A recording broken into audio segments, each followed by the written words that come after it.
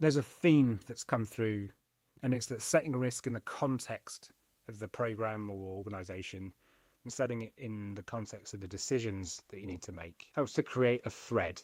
And that thread leads to your ability to design the process, governance, and data standards so that it can be useful for decisions and delivery. And this is where the risk IQ matrix comes in. You'll be pleased to know this isn't a scoring matrix, and it isn't a maturity model either. What I want to talk about is the why-to of integration and quantification.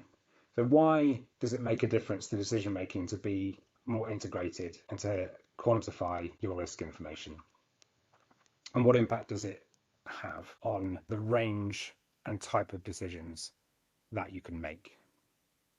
And I'd argue that the more integrated and quantified your risk capability, the wider the variety of decisions that you can make based on data.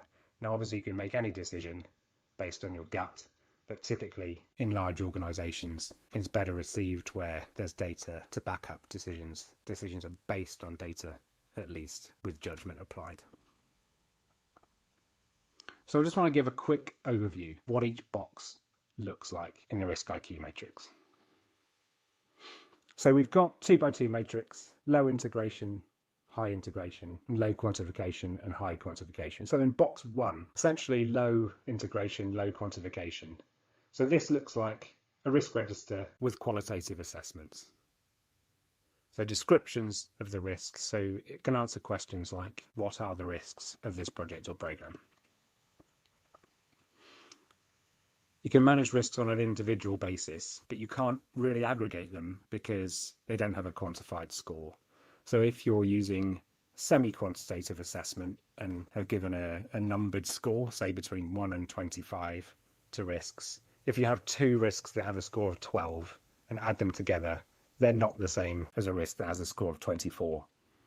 And those numbers are arbitrary other than to rank the risks against one another or to plot them on a scheme where there are bands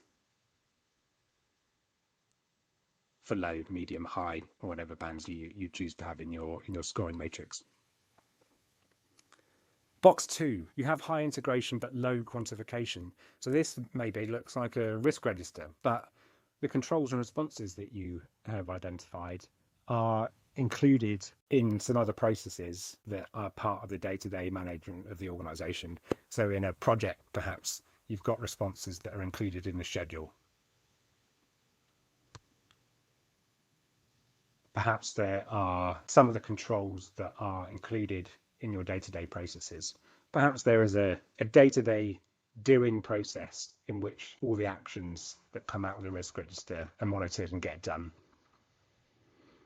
And when you do that at a strategic level, it can add some value. So if you identify a set of strategic risks that are self-evidently significant because they're a major part in the system of the organization, and then your governance framework is built around some of those strategic risks, then that can add good value without necessarily being quantified. In box 3, this looks like a risk register, but the risks are scored using numerical values for probability and impacts.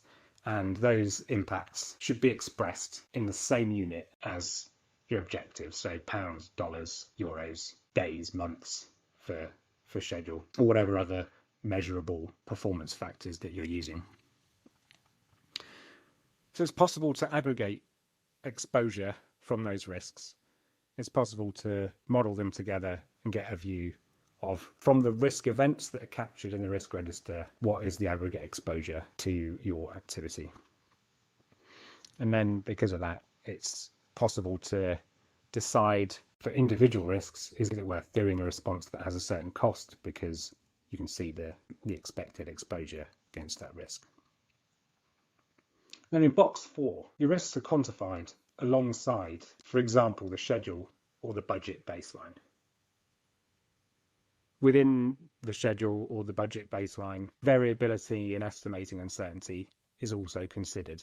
So an example of this would be, in your schedule, for the duration of key activities, use a distribution or a 3-point estimate.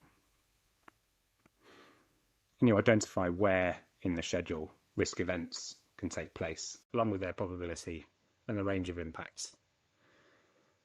When you have that, you can begin to model the whole overall range of outcomes for a project in terms of its schedule, in terms of its cost, or a combination of the two. And you can start to establish confidence intervals, and you can do that for individual projects, or you can do it for all of the projects in your portfolio and then compare those on the same or similar terms.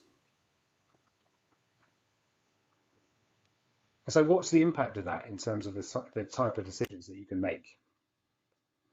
And I can tell you that it's vast. In the lower boxes, where perhaps you don't have any risk management information, and you cannot really make any risk-based insight or decision making. In box 1, you can really only describe what the risks are and prioritize them on a subjective basis using your qualitative scoring scheme. But with high integration and quantification, you can make all the decisions that you can make with boxes 3, 2, 1, and 0, plus a whole load of other ones. So you can start to look at risk-adjusted estimates and forecasts. You can make investment decisions.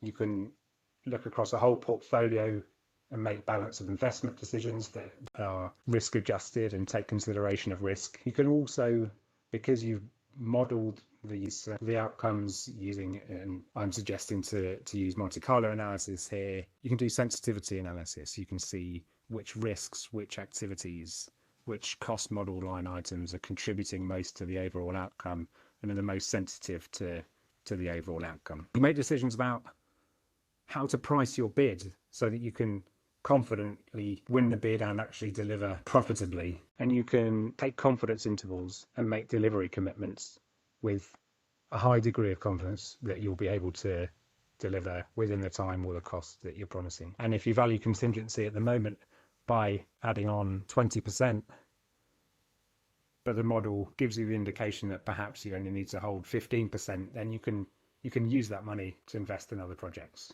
or other activities.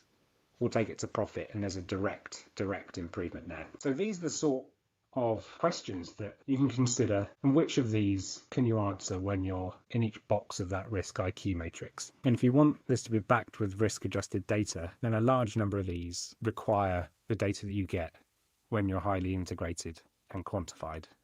And there's a small number of these that you can do without being integrated and quantified. And that is the case for investing in being more integrated and quantified with your risk information for big decisions.